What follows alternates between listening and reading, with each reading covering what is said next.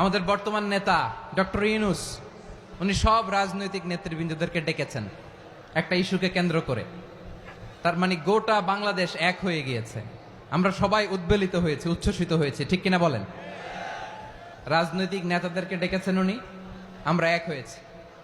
এরপর ধর্মীয় অঙ্গনের যে লিডাররা, বিভিন্ন ধর্মের, শুধু মুসলিম না, সবাইকে ডেকেছেন, আমরা ঐক্যবদ্ধ হয়েছি। এটাকে বলে ন্যাশনাল ইউনিটি, জাতীয় ঐক্য। যে কোনো ধরনের কনস্পাইরেসি, ষড়যন্ত্র, আধিপত্যবাদ মোকাবেলায় জাতীয় ঐক্যের চেয়ে মোক্ষম হাতিয়ার আর নাই। আমাদের একটা প্রতিবেশী দেশ আছে, আমরা আমাদের দেশ নিয়ে যত ভাবি তারা তার চেয়ে বেশি ভাবে। কথা বুঝতেছেন না? আরো ভেঙে বলতে হবে। আমরা আমাদের দেশ নিয়ে যত উদ্বিগ্ন, এদের আরো টেনশন বেশি। বলেন, আমাদের দেশে শান্তি আছে না নাই? আমরা হিন্দু মুসলিমে কখনো দাঙ্গা লাগে? আসতে বলেন, কেন লাগে? ওদের পূজা পর্বণে আমাদের মাদ্রাসার ছেলেরা যে পাহারা দেয়, চিল্লায় বলেন ঠিক কিনা? আমাদের তাফসির মাহফিলের সময় ওরা ডিস্টার্ব করেন, ঢোল বাজায় না। ওদের পূজা পর্বণের সময় আমাদের তাফসির মাহফিলের ডেট হলে আমরা চেঞ্জ করে দেই।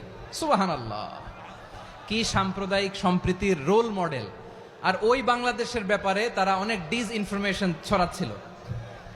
ভারতের অনেকগুলো গণমাধ্যম, আমি জেনারেলাইজ করব না, আমাদের প্রতিবেশী দেশের সব গণমাধ্যমকে আমি দোষ দিতে চাই না, অনেকগুলো গণমাধ্যম তারা ডিসইনফরমেশন শেয়ার করেছে। ডিসইনফরমেশন আর মিস ইনফরমেশনের পার্থক্য আছে। মিস ইনফরমেশন না জেনে ভুল বুঝে একটা মিথ্যা বা ভুল তথ্য ছড়িয়ে দেয়া, এটার ক্ষমা আছে, এটার কি আছে? আর ডিসইনফরমেশন মানে ইচ্ছা করে, প্ল্যান করে, ম্যাপ করে, ছক এঁকে মিথ্যা, গুজব, রটনা সোশ্যাল মিডিয়ায় ছড়ানো, এটার ক্ষমা আছে? আওয়াজ করে বলেন, ক্ষমা আছে? ভারতের কিছু গণমাধ্যম তাই করেছে। আমরা ব্যথিত হয়েছি, আমাদের হৃদয়ে রক্তক্ষরণ হয়েছে। আমাদের প্রতিবেশী দেশকে বলতে চাই, আমাদের দেশ নিয়ে আপনাদের ভাবার দরকার নাই। নিজের চরকায় তেল দেন, নিজের দেশ নিয়ে ভাবেন। গত মাসের ভয়েস অফ আমেরিকার রিপোর্ট, বাংলাদেশে সংখ্যালঘু জনগোষ্ঠী আগের চেয়ে বেশি নিরাপত্তা পাচ্ছে।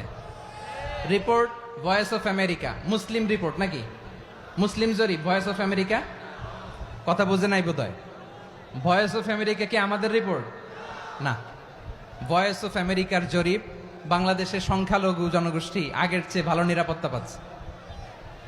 শুধু এখানেই শেষ না, মাইক্রোসফটের একটা জরিপ শোনায় আপনাদেরকে। তারা সারা পৃথিবীতে গুজব, ভুয়া আর মিথ্যা নিউজ ছড়ানোতে কোন দেশ সেরা একটা রিপোর্ট করেছে। এর মধ্যে 1 নম্বরে এসেছে ভারতের নাম। মাইক্রোসফট তো মুসলমানরা চালায় না? কথা বোঝে নাই বোধহয়। প্রতিবেশী দেশকে বলবো, আপনারা নিজের চরকায় তেল দেন, আপনারাও শান্তিতে থাকেন, আমাদেরকেও শান্তিতে থাকতে দেন। সব চেঞ্জ করা যায়, প্রতিবেশী চেঞ্জ করা যায় না। আমাদের ল্যান্ড তাদের ল্যান্ড, পাশাপাশি। আমরা চাই তারাও সুখে থাক, আমরাও সুখে থাকি, ঠিক কিনা? কিন্তু প্রতিবেশী হলে বন্ধুত্বপূর্ণ আচরণ করতে হয়। প্রতিবেশী যদি বন্ধু না হয়ে প্রভু হতে চায়, এরকম দানব প্রতিবেশী কেউ চায় না।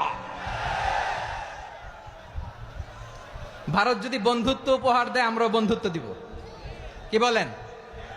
তারা যদি বন্ধুসুলভ আচরণ করে, আমরাও বন্ধুত্ব উপহার দেব। কারণ আমাদের পররাষ্ট্র নীতি হচ্ছে সবার সাথে বন্ধুত্ব, কারোর সাথে বৈরিতা নয়। আলহামদুলিল্লাহ বলেন, কত চমৎকার পলিসি আমাদের।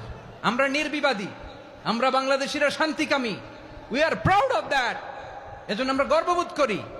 আমাদের পররাষ্ট্র নীতি সবার সাথে বন্ধুত্ব, কারোর সাথে শত্রুতা নয়।